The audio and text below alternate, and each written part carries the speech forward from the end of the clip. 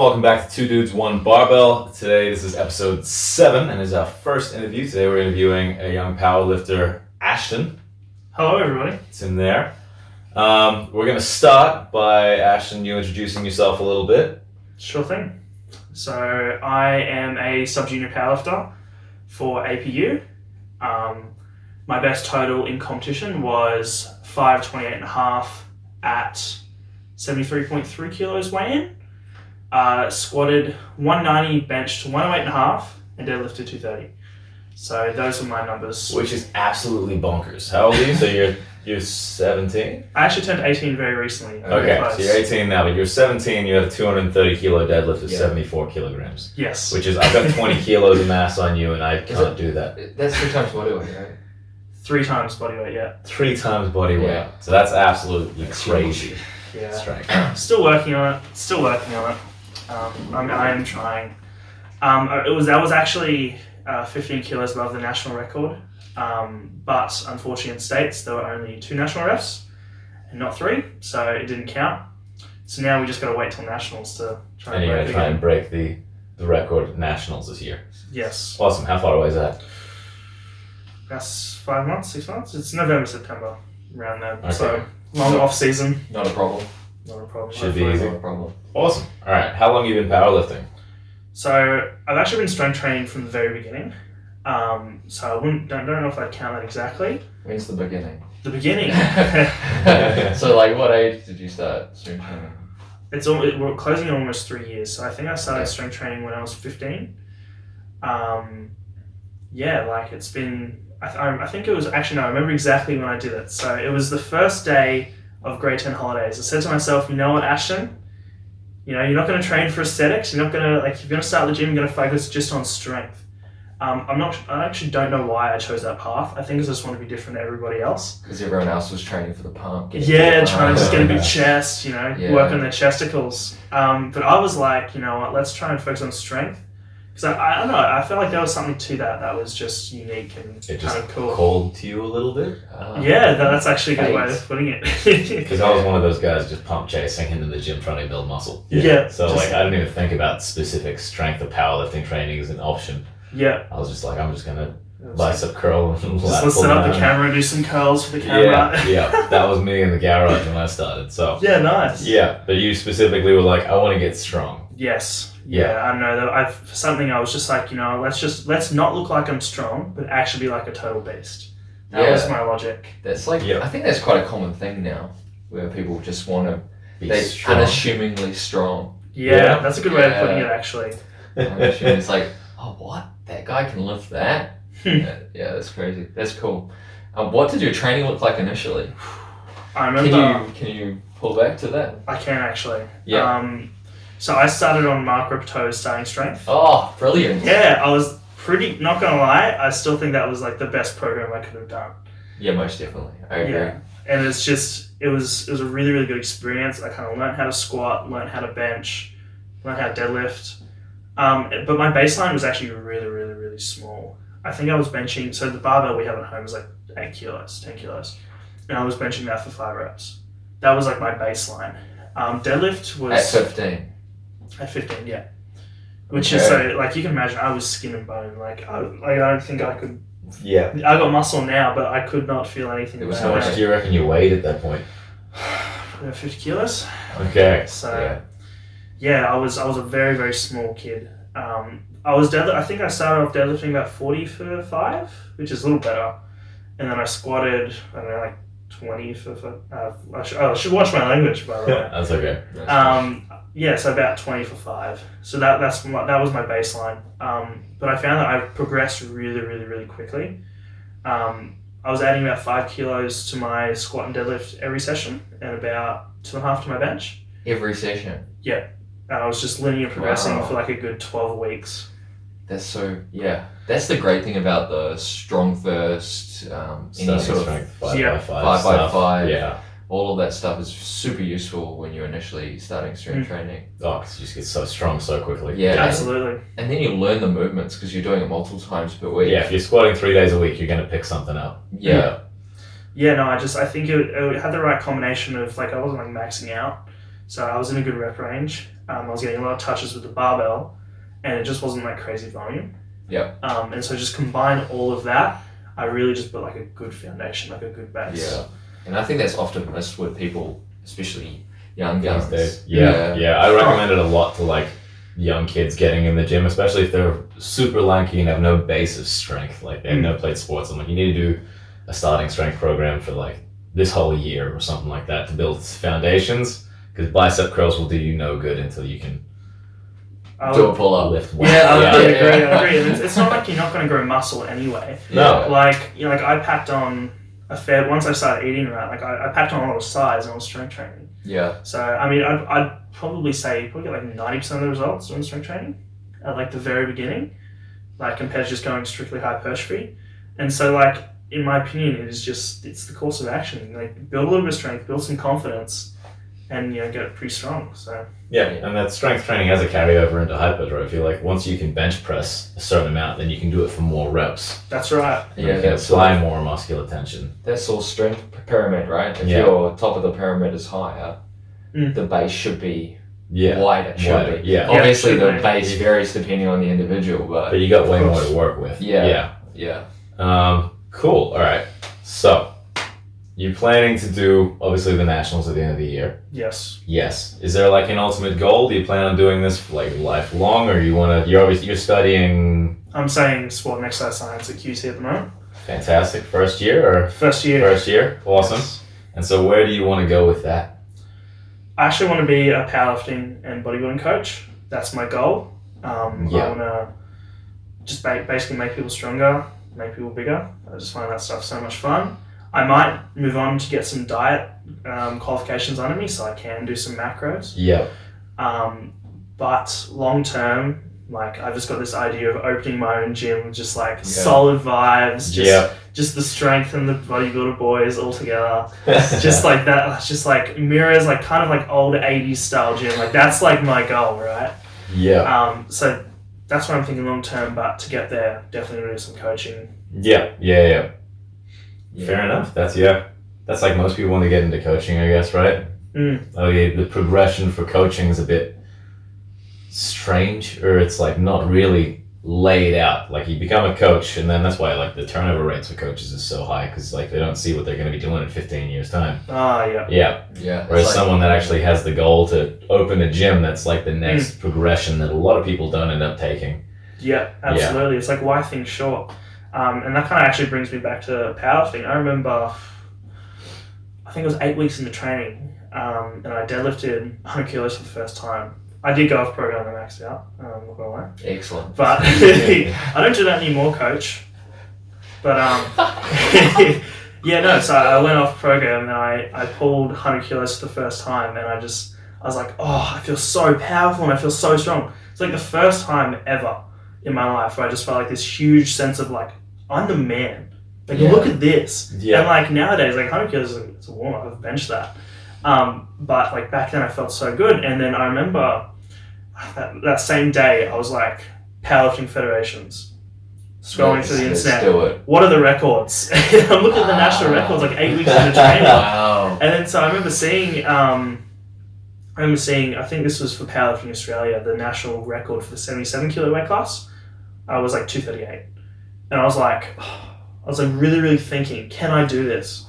And like no one would have guessed I would have been able to, but like I did it. I was like, I'm going to commit myself to getting as strong as I can and go for these records. I'm with APU now because I think APU is better.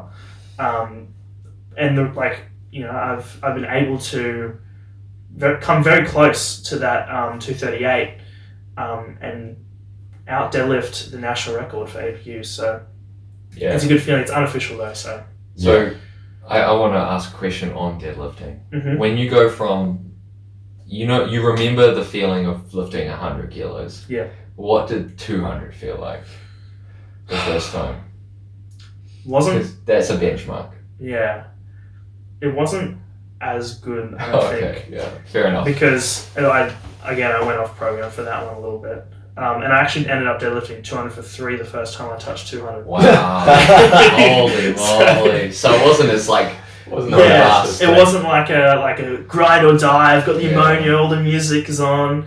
Oh, it You just did a wasn't like an sneaky triple, RP11. yeah. Okay. You were Yeah. just like steadily getting stronger, and you could hit a triple. Is what most people Yeah. Absolutely. end up maxing out at. Yeah, because at the program in my time, what I'd do is I'd hit, I think it was like a top set of 5 and then some back downs. Yeah.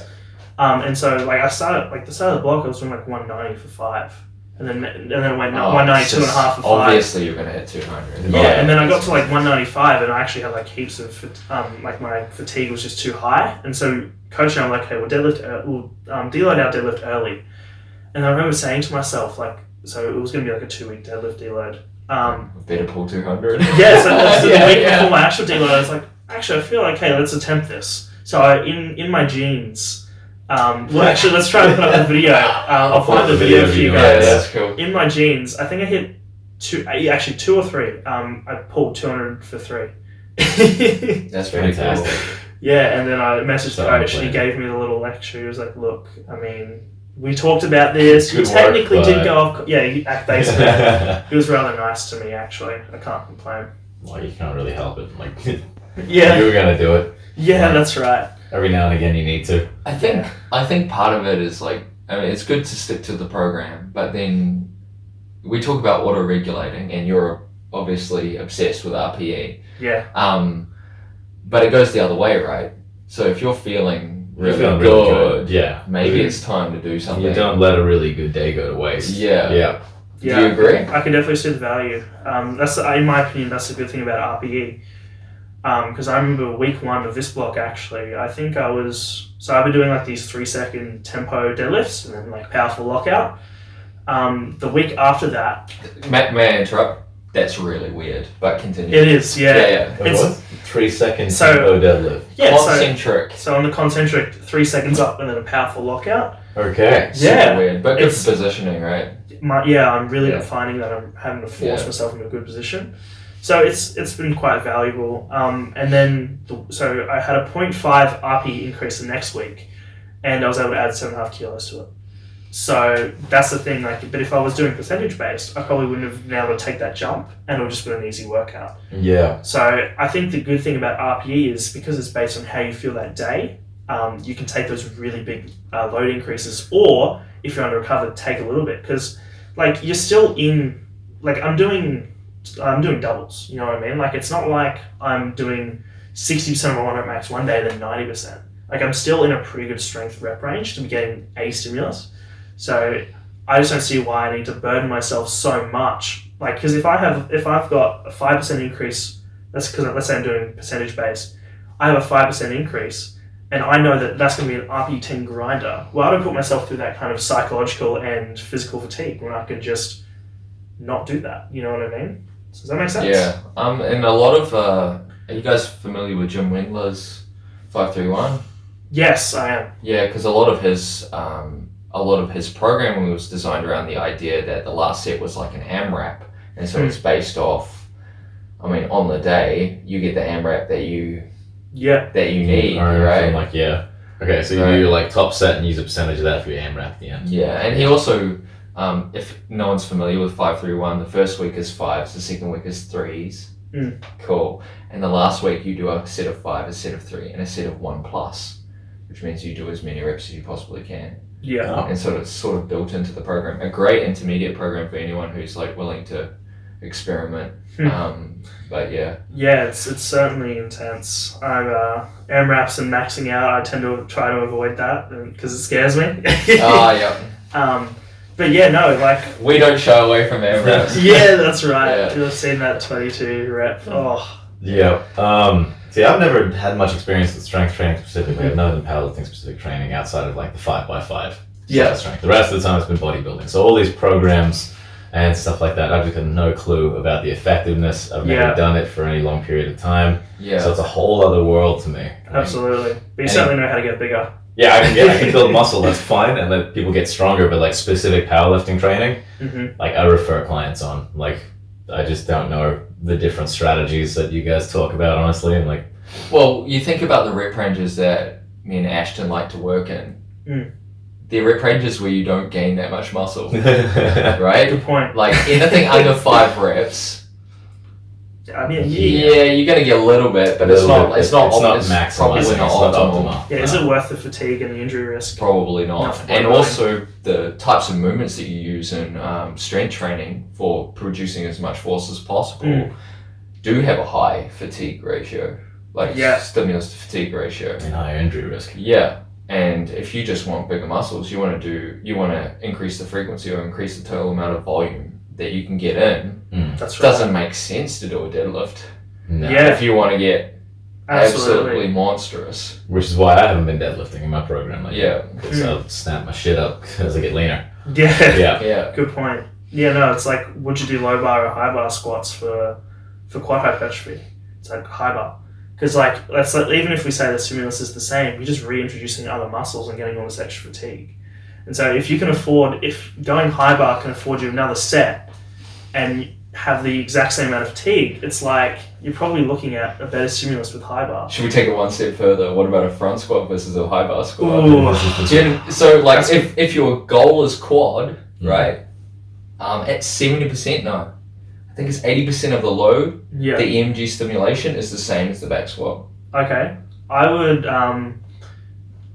kind of provide some counter argument and just say, the actual fatigue from the from like front squats is just messed up. Like what is like if you're let's say you're doing like a 10 rep squat, and like compared to front or front squat, like what's going to limit you first? Is it going to be quads or is it going to be upper back? For me, it's upper back.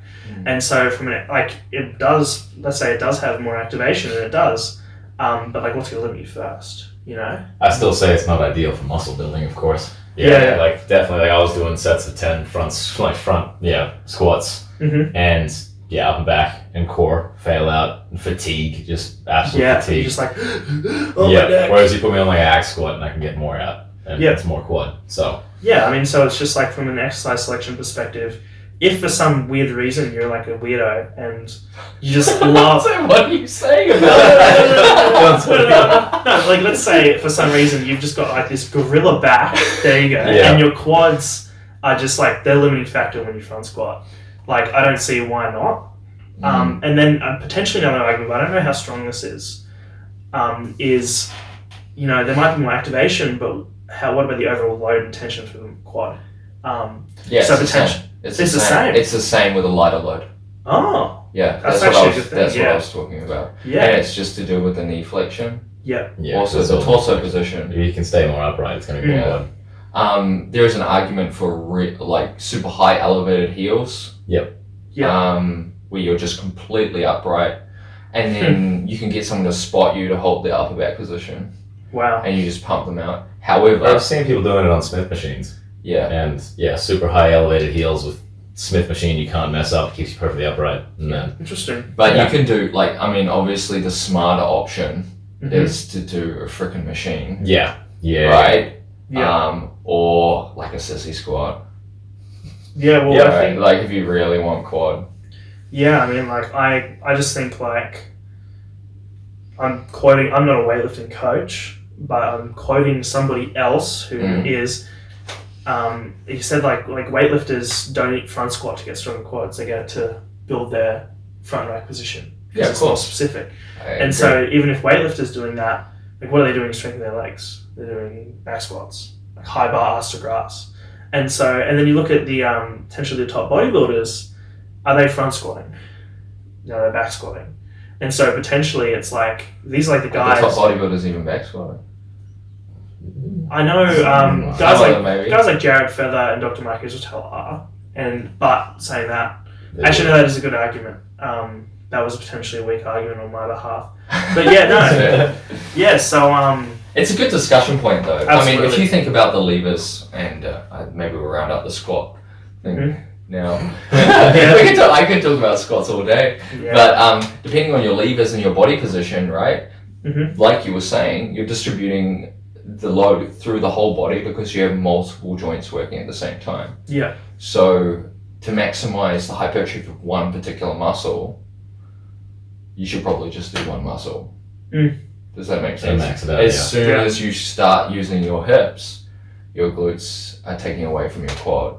Yeah, that's a good like point. torso position, your back is taking away from your quad and your glutes, right? Does that make sense? At Absolutely. the bottom of the squat, of course, we want adductors, but they're taking away from your quads. It depends on. Yeah, I mean, it's like we also want to try and modify our form to maximize our quads. Like if going in, like if I'm doing high bar squats, if I find closer in with feet out, I can just get like a huge stretch on the way down. And I'm sitting in the hole and just my quads are on fire, and I push out. And I'm just like all my quad, like holy shit, like that's great. But if going wide, I don't hit depth as much. And like good morning, it's like questions like that. Yeah, absolutely. Yeah. If you're working maximal load, you can't really focus on that stuff, which is why the weight, like powerlifting training, you're never going to really think about that sort of stuff Yeah, I'm not in going that much detail. It's just like, how can I lift as much as I can? That's right. I'm not going, feel my quads on the way down. Like when I'm doing like an RPE6 single, you know?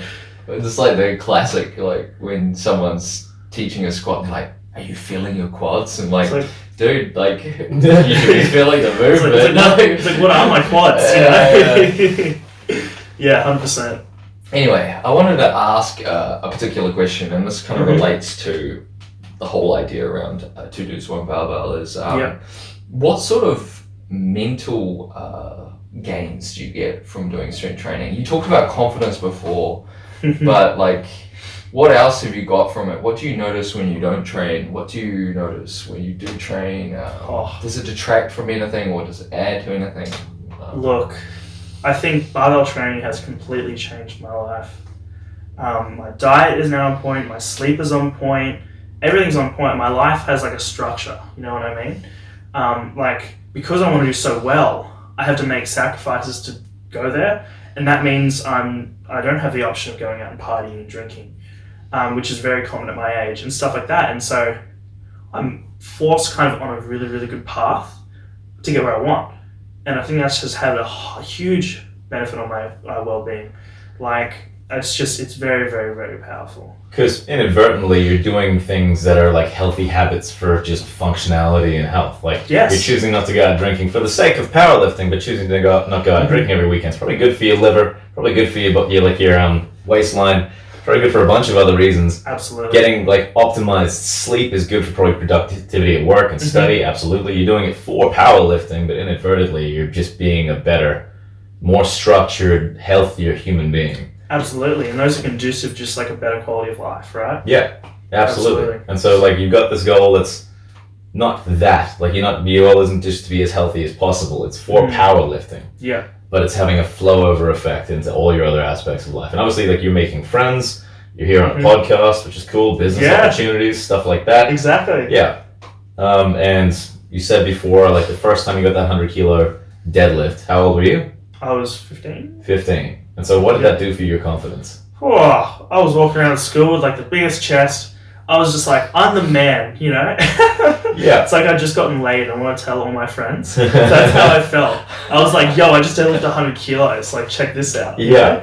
Yeah. And that was like probably more than most 15-year-olds were deadlifting, right? I hope so. I felt like it. You know, I felt like you felt like a boss. Yeah. That's a massive self-esteem boost. 100%. Like, I was the strong guy for some reason in my head. Yeah. So, it's really good. Like, I don't know, like I kind of, since I've started barbell training and I've built more confidence around how I look and how I feel about my strength, I walk down the street and I kind of feel, in a sense, safer. You know what I mean?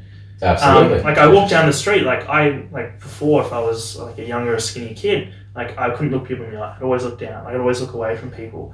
But now I walk down the street, you know, my chest open, like I know who I am. Like, I'm this strong person. If someone came up to me and tried to intimidate me, you've got some ground to stand on. Exactly, yeah, exactly. Like, you don't know who someone is. Like, they could be like an MMA champion or something. Like, you never know. But the chances of me being, let's say, more physically capable than them are higher. You're higher on the physical hierarchy of like society. Yeah, in some sense. The biggest dude walking around that's the MMA pro that's 110 kilos of just muscle mass isn't scared of most men. Someone who's like 60 kilos, can't bench press the bar, he's probably scared of most men. That's right. I'd agree. And so I've slowly kind of climbed that. And so like now I walk down the street and I see someone who looks kind of intimidating. Let's say I'm with like my friends or like I'm with the girl I'm seeing, I just give them the nod. You know what I mean? And it's just like, it's a huge confidence boost. It's less of a like, don't hurt me, you're the alpha or anything like that. It's you see them more on like eye level. It's like, yep, I'm also fairly alpha. Yeah. Yeah. I don't want to call myself like the alpha god, you know what I mean? Yeah. But No, like, but, in a sense, I definitely feel like I can handle myself more just because I have a bigger base of strength. Yeah, absolutely. Also, you understand your ability. That's Right. true. If people don't attempt to see what they can do, they don't know what they can do, right? And so in situations like that, they're second guessing their ability. Does that Absolutely. make sense? That does make you sense. know Yeah. what you can do. Yeah, it's like, and because I know I Yeah. can do that, I don't want to. And so actually segues great. Like I used to be, because I felt intimidated by people around me, I kind of tried to develop like this aggressive kind of persona. And I really think that was kind of like a defense mechanism because, you know, if I'm not physically big, I can at least be verbally big. You can or bark. personality can, you know what I mean? Yeah. Yeah. It's like that little Shih Tzu dog. Yeah. It's like always in the door. It's like, it's like, go away. It was kind of like that. And so once I kind of knew what I was capable of, it's kind of like that. It's sort of like kind of like in Brazilian Jiu-Jitsu, they talk about because you can, you don't. Like because you know what your ability is and because you know what your strength is, you don't need to be aggressive. If someone approaches you on the street, you know you've won. Like that's the kind of mentality that they ingrain. I've never done a Brazilian Jiu-Jitsu and I want to. That's fair. But like that's the kind of mentality that they instill. Yeah. And so I've sort of kind of developed that myself just because of barbell strength training.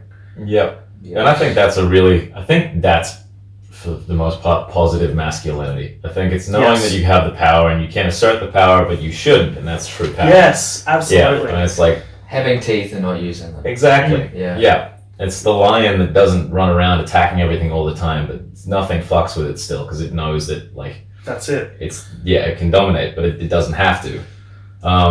Whereas, like, dudes that aren't secure in themselves will tend to lash out more trying to prove that they are. Yes. Yeah. And it's just And they tend to weakness. be- Yeah. It's just weakness. Like being a virtuous man is like what you kind of want to go for. You know, like you can be like this aggressive monster and have all this ability, or you can just be like this weak man. But if you come together and like you have the strength and you control it, it's like you're powerful. Like you're an actual powerful person. And so I think barbell training can actually help kind of bridge those two together in some senses. That's really cool. Yeah. It teaches you discipline as well, which is massive. Like the discipline to like do what you need to do, not what you sort of want to do. Yes. Yeah. Yeah, there are times when I'm like studying or I've got to clean my room or something like that, and I'll think to myself like, if this was a set of hack squats, I'd keep going. You know what I mean? Like, Wow. Yeah, That's fantastic. that's actually that's brilliant. that is actually true. And so I'll Do you actually do that? I'll think to myself, if I was in the gym right now, I'd keep going. And so That's I've cool. kind of That's going to be our snippet. there you go. Yeah. That's fantastic. Like, Yeah. using the gym as motivation while you're doing other hard stuff. 100%. Like if Yeah. you guys seen you were there when I was doing that 20 rep Yeah. leg straight press, there, and I was like, you and you're like, come on, Ashton. Yeah. It's like, you know, if I can have that discipline, and like if I'm actually hurting myself and I can have that discipline to get better, I sure as hell can like clean my room or put my Or earphones in finish for an 20 assignment or minutes. something like that. Exactly. Exactly. So That's fantastic. yeah, the barbell has so much transfer. Like Yeah. it can teach us a lot of lessons. So not only let me try and summarize this, not Mhm. only is it the fact that you developed more strength when you know your ability, it's also the structure of your life that helps with that. Is that right? Like the fact that you're The sleeping, the eating. trying to get to a certain point, everything sort of lines up Yeah, and helps you become the person that you are. absolutely. Yeah.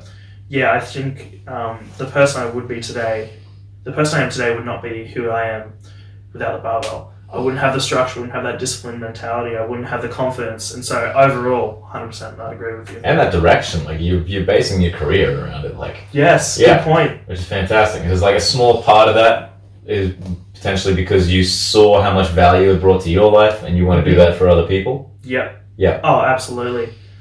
Like I've always been that kid who is very academically, what's the word? Not driven. I've been very interested in academia. I remember being like 11, watching like science documentaries, like this is the coolest thing ever. You know? You're the non-fiction guy. Yeah, and so like if I'm able, and so how that's translated into my training is like, what's the optimal carb fat ratio? What's this? What's that? And I've really, really tried to dive myself in and get as much knowledge as I can. And that's really good, because now that I've gone into university and I'm learning this kind of stuff, it's given me so much life satisfaction, because I'm learning about all these cool things that I actually care about, and it's satisfying like my scientific drive. And I think that's going to hopefully make me like a pretty all right coach, like compared to some of the standards in this industry. Yeah. Oh, absolutely. Yeah. Okay, I think that's good. I don't need to be chill with that one. No, absolutely. Like just the fact that you have the passion for actually learning the science puts you head and shoulders above most people. I think so. Yeah. You're not just bro science, you're actually studying the stuff. You looked into it before you went to university. You're trying to maximize and optimize your own program. Yeah. Which is huge. Yeah. How easy is first year, considering you already researched a lot of it beforehand? Human anatomy is like I'm struggling with human anatomy. Okay. But I'm sitting in like one of my classes, which is basically everything I've been learning, and I'm like, this is great. This is just a revision lesson for me. Yeah. I feel like it won't be that for very long, but first year it's pretty cruisy. I'm not gonna lie, so far. Yeah. A lot of people find that with exercise science. Yeah. The anatomy, of course, is probably the heaviest bit, because there's so much to remember. Yeah. That's my worst. And then you'll forget it. I'll be like doing like a client consultation. I'll be talking about like the tibia or something, and they'll be like, your clients don't know. Yeah, that still happens to like everyone. You'll forget something, and you'll be like, damn it, no, that thing, it does this. Like, yeah.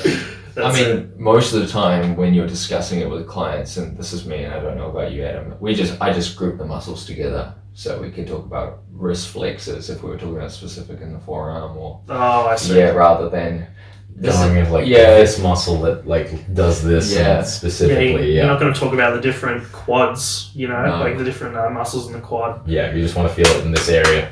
Yeah. I mean, that actually makes more sense, right? So if you're dealing with general population, right, like it's Sally the soccer mom, like she just wants to lose a bit of belly fat, like there's a wedding in about 8 weeks, and she got told by a friend that Adam's like this cool guy. He's like, he got me so lean, like look, I got like a 2-pack now, and then like she's not going to care about the specific anatomy or anything. Right, like she just wants to There's a really good quote that I got from the JPS guys, and it's think coach but speak client.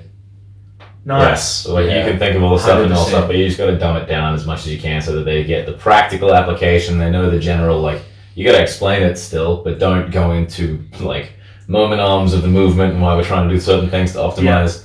Yeah. That is actually a great quote. Yeah, it is. I loved it. So Yeah, your message has to be appropriate for the person receiving, right? Yeah, definitely. That's communication 101. Absolutely. All right. Do we have any other questions for Ashton before we go? More interrogation. More interrogation? No. Well, did it feel like an interrogation? No, it was great. I love talking. Actually, it is weird for me because I don't usually talk about myself so much. I'm trying to be very like kind of not expressive of like my achievements and stuff. So I guess that one. Yeah. You're trying to be a good man. Yeah. I don't want to be like. I don't want to be like that one guy at the bar who's like, I benched for seconds in rugby back in the day, So bench for seconds. Yeah, that's what I mean. That's the kind of stuff they're going about, and they've got like this belly that's like extending, like their waist to hip ratio is like 4, Oh my god. So that's an average and a half, eh? Yeah, I mean, we all know those kind of people, so I try to avoid that, Just be like, this is how I identify. I'm a powerlifter. But I think there's definitely a time and place for you to celebrate the fact that you're doing things that people your age can't do. Yeah.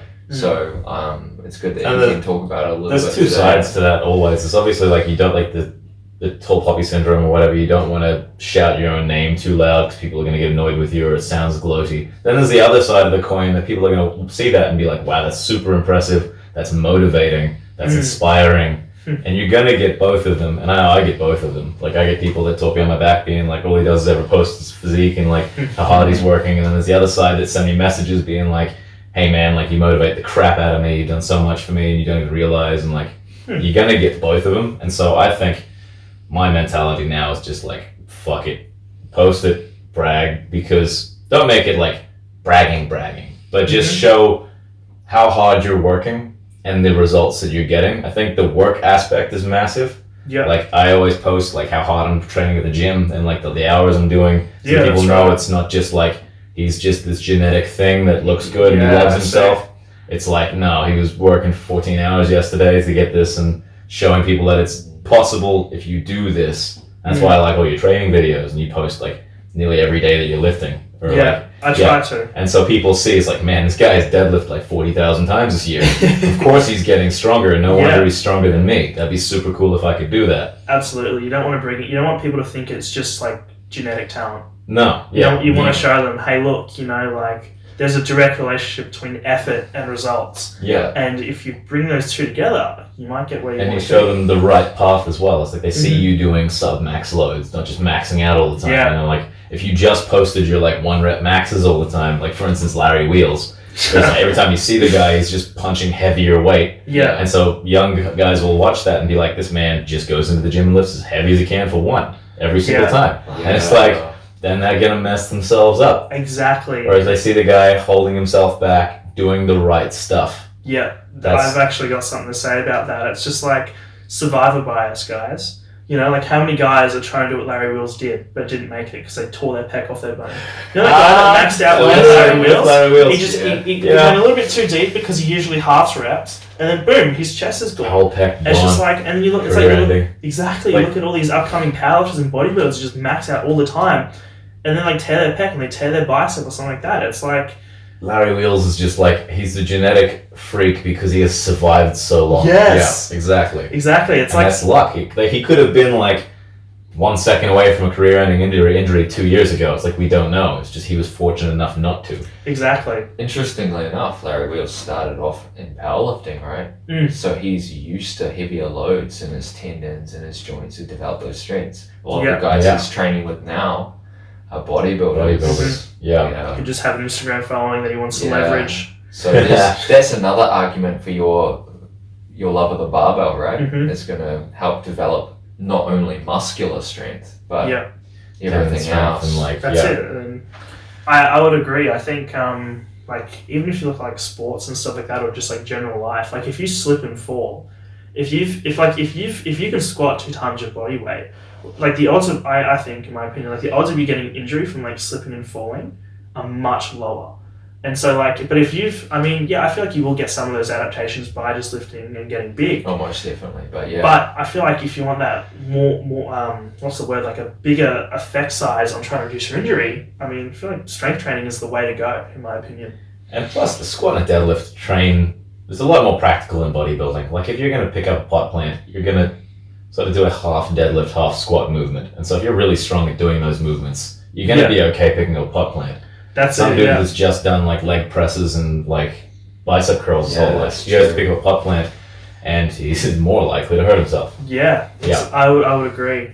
And it's like learning the patterns of movement, right? Yeah, absolutely. Which can be very difficult and can take a long time for a lot of people if they've never done it before. But if you've been squatting for your whole life, you'll be able to OH and S lift most things safely. Which goes a long way when you get old. Oh, absolutely. I think barbell training is so underrated, especially with older people. It's like no one does it. It's like, and why not? You know, like I know I saw a post by Barbell Medicine the other day. Actually, not the other day, like a month ago. What am I saying? And it was like some grandmother deadlifting, and she's like, I really like the deadlift. It's like, it's not like you can't do it. You know what I mean? Yeah. And or like you shouldn't. Exactly. I was watching the first powerlifting meet I ever went to. They were like 50-year-old grandmothers like maxing out on deadlifts. How cool is that? That's sick. Like you look at them awesome. and they're like, "Oh, hey, how's it going?" I heard your first meet. Like, yeah, kind of. They huffing ammonia. I would like a video of that. They I'll be honest, slapping him on the back. That one kind of hurts, but like quite literally, like it's full on and it's great. Like, why not? Like take control and get strong. Absolutely. Cool. Crazy. Awesome. All right. Do we have any other questions for Ashton? Where can we find him? Where can you find me? Plug yourself. Let's go. So if you go to Instagram and you type in deadlift.squat.bench, you'll find my Instagram. And from my Instagram, you'll find me. So and then I do have, and like from there you can find other links to YouTube and all that kind of You stuff. have a if link you are tree in your interested. bio, a link in your bio, is that the whole thing? Yeah, that's true. Cool. Except it's Yeah. not on OnlyFans. So No, okay. unfortunately for you guys. Not yet. Not yet. Not yet. Not yet. You're 18 now. I am 18 now, so the next episode of 3 Dudes on Barbell will actually be hosted on my OnlyFans. What are they going to do with the barbell? I'm not sure. Maybe squat, maybe do some bench. Yeah. PG. Alright, cool. Well, thanks everyone for tuning in. You can find us at the link in our bio in the description, and we'll see you guys next time. Awesome. Thanks, guys.